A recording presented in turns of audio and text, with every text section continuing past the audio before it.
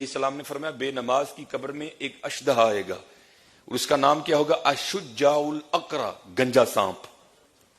نبی علیہ السلام نے فرمایا اس کی آنکھیں آگ کی ہوگی اور اس کے جو ہاتھ ہیں وہ لوہے کے ہوں گے اور اس کے ہاتھوں کی لمبائی کتنی ہوگی؟ حضور نبی علیہ السلام نے فرمایا ایک دن کی مسافت جتنی اس کے ہاتھوں کی لمبائی ہوگی۔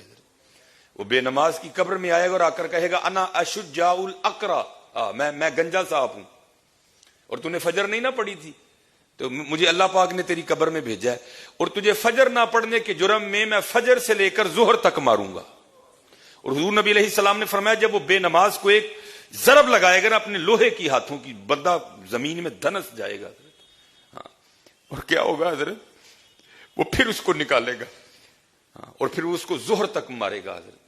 اور پھر جب ظہر کا وقت آئے گا پھر اس کو کہے گا تیری قبر میں مجھے اللہ نے بھیجا ہے، تو نے زور نہیں نہ پڑی تھی، تو فارغ بیٹھا رہتا تھا نا، تیرے کانوں میں اذان کی۔ اسلام نے فرمایا بے نماز کی قبر میں ایک اشدہا آئے گا اور اس کا نام کیا ہوگا؟ اشجاع الاقرا، گنجا سانپ۔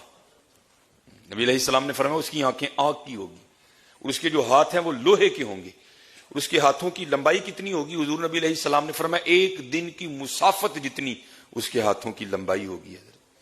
وہ بے نماز کی قبر میں آئے گا اور آ کر کہے گا انا اشجاع الاقرا، میں گنجا سانپ ہوں اور تو نے فجر نہیں نہ پڑھی تھی تو مجھے اللہ پاک نے تیری قبر میں بھیجا ہے، اور تجھے فجر نہ پڑھنے کے جرم میں فجر سے لے کر ظہر تک ماروں گا۔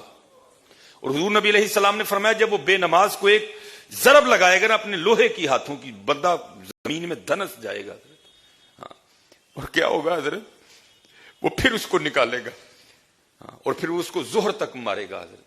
اور پھر جب ظہر کا وقت آئے گا پھر اس کو کہے گا تیری قبر میں مجھے اللہ نے بھیجا ہے، تو نے زور نہیں نہ پڑی تھی، تو فارغ بیٹھا رہتا تھا نا، تیرے کانوں میں اذان